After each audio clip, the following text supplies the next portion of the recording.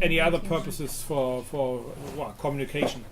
And we did the pictures in Tel Aviv. Then we were a very small group of 8 researchers, and we had an interesting group picture which I never liked.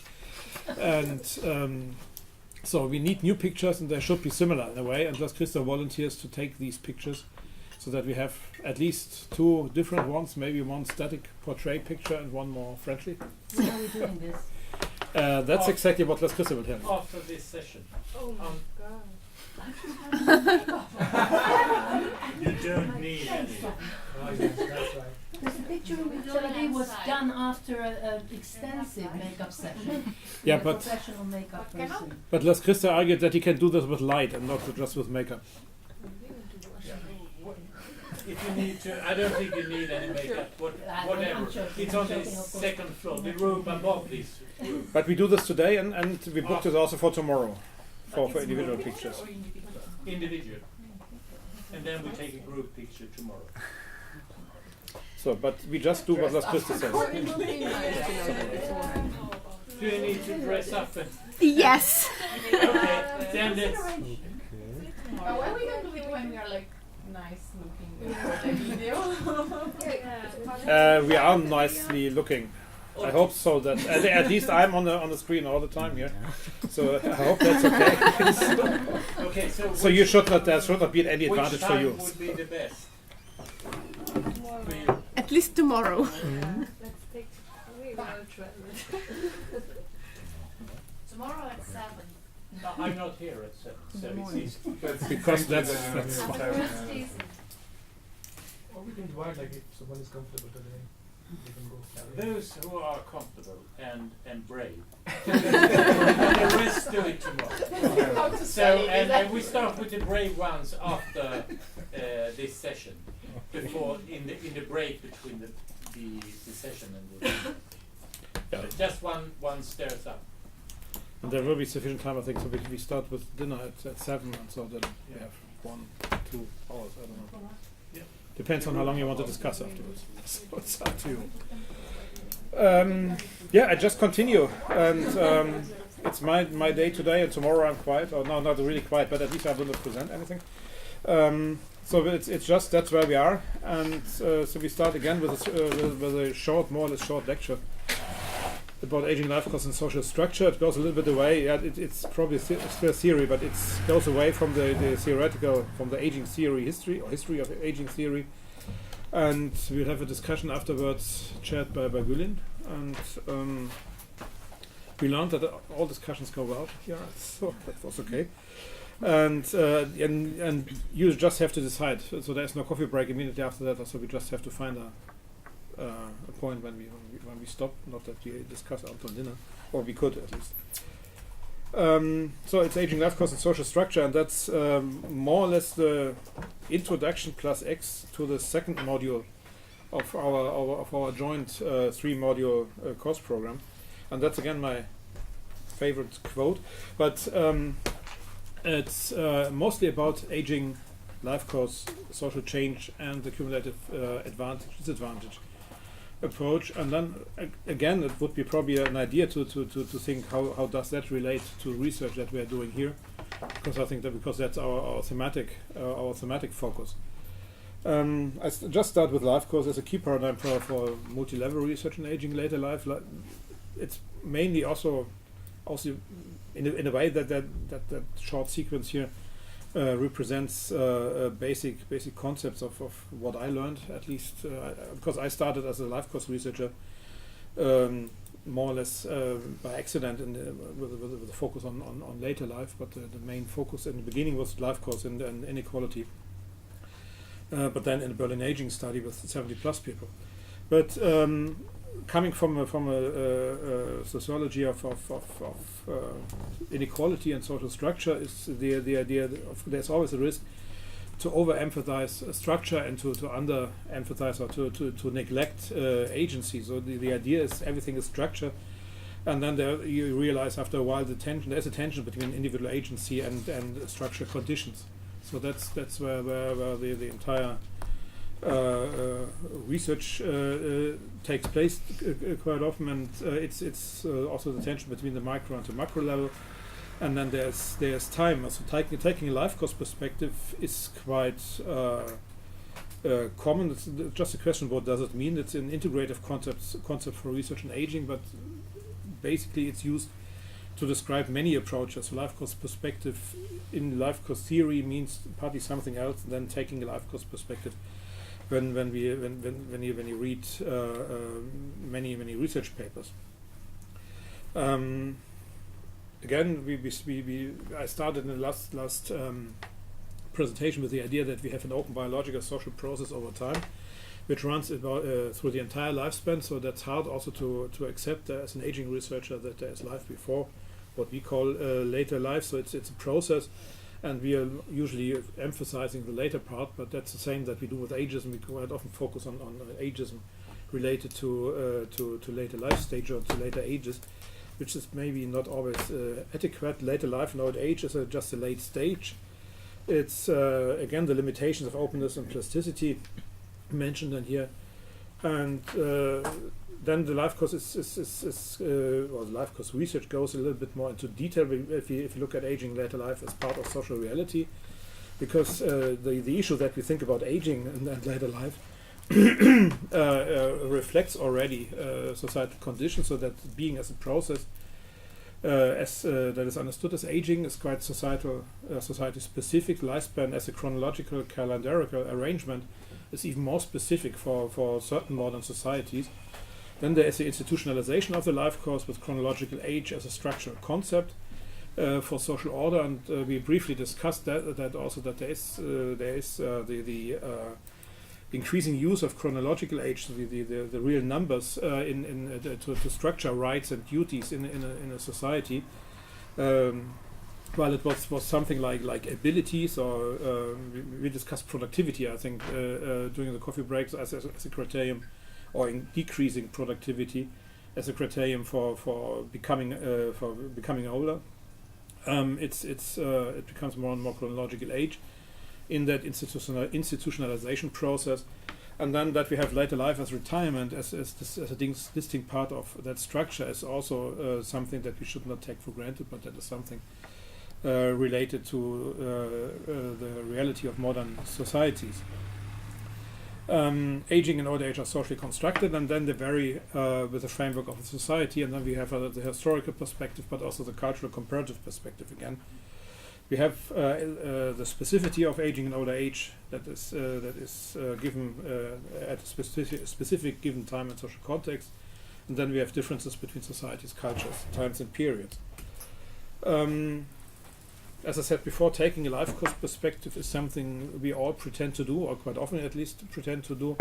It's a standard requirement and the analysis of aging in later life, but often it's a standard requirement to get money. So and also it's the same like multi or interdisciplinarity. That's what we quite often write, but it's well, I don't know what it stands for quite often. It remains widely unclear what that means if people write it. So it's of course well, it's useful, and so we do this. It's the same with impact, by the way. It's in any case more than taking previous life events into account, and there's a variety of perspectives on the life course, and for me it's usually 4 different perspectives on the life course that we have to separate, and we have to clarify what we do here, and there's probably more perspectives, but these are more the prototypical perspectives. Life course could on the one hand reflect institutional arrangements in society and they change over time. So then you're more or less interested in macro structures and macro change, and just take this, what you find on the individual level, as an expression of that institutional arrangement or change of institutional arrangement. So if people retire early, then it's not because norms and values have changed, but it's mostly because labor market and pension systems changed, and then you see that as a reflection. And then you see the entire can have these different stages and transitions over the life course, and so then you have the education system, you have labor markets, you have the change of the family and partnership, and you see reflections there, and then individual decisions are just seen as short-term decisions based on short-term utility in the context of given societal context. Then we have a life course as a social institution, so which is then more the perspective of the institutionalization of the life course. We have a normative system that is effective as an intermediate institution between the macro level and the micro level. That's a set of norms, and we have expectations for transitions into working life after the education process, or transitions into retirement. And then we have the three-partite life course that is traditionally discussed and criticized also under that headline. Then we have the individual aging processes, life courses as individual processes, as objective conditions, and that are cumulative and self-referential. So you have earlier life events not predicting but influencing later life events. So you have a sequence that, and there you also find the argument of the cumulative advantage-disadvantage assumptions. And then you have the life stories in a more biographical perspective. Life courses are connected to life stories, to evaluations, conceptions, understandings of events in life, which is again a quite different understanding of mostly connected to the term of biography. Then I think we have to differentiate between these four perspectives, and they express different notions of relation between the individual and the social. And they're connecting individual lifespans and social structural context. And of course we have a balance between determinism and autonomy here.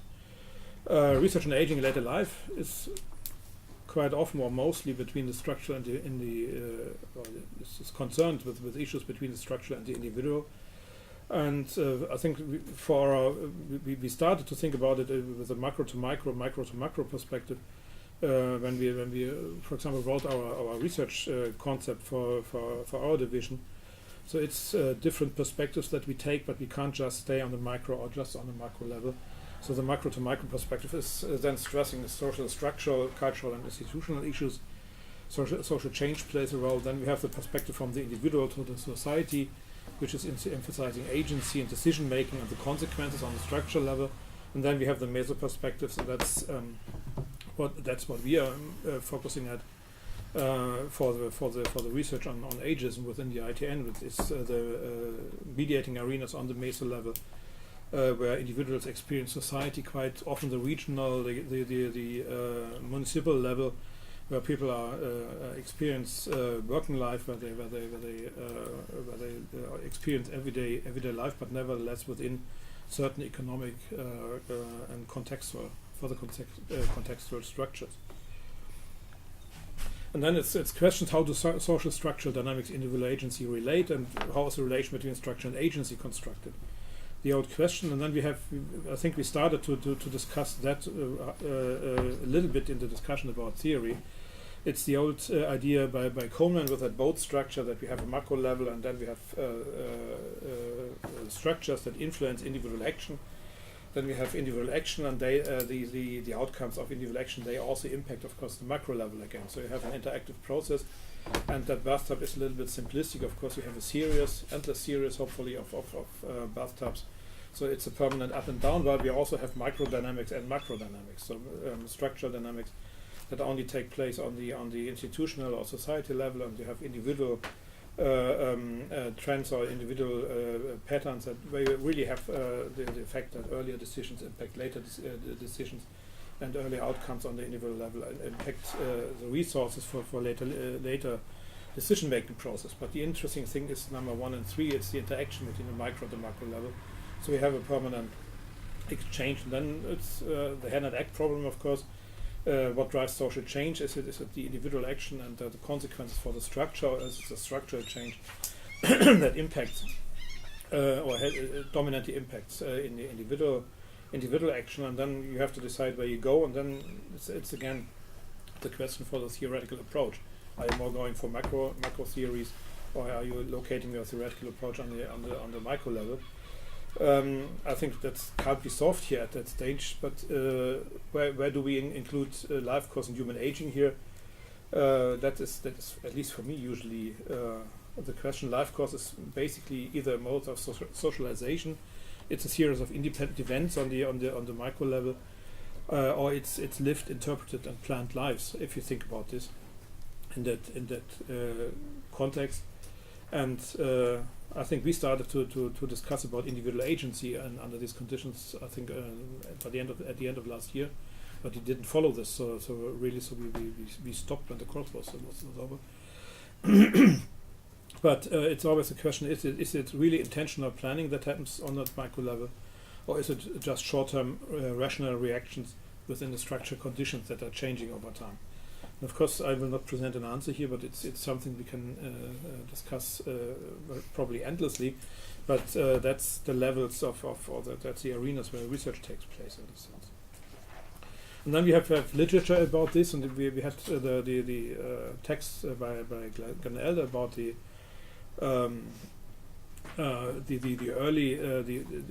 early ideas to construct life course or to invent life course research. Interestingly, if you take this as the basis for life course research, then the sociological life course research is introduced by a social psychologist. It has 4 themes. It's lives in historical time, it's timing of individual lives as linked lives, and it's human agency and decision making and action in this. I don't know how carefully you read that 74 article. So from the papers, it was interesting to see, and the main thing is the main question here in that perspective. If you think about the children of the Great Depression perspective, how does a macro event of a significant economic crisis affect children's lives? And of course, it's children's lives in that sense. It's not already aging research, but it's the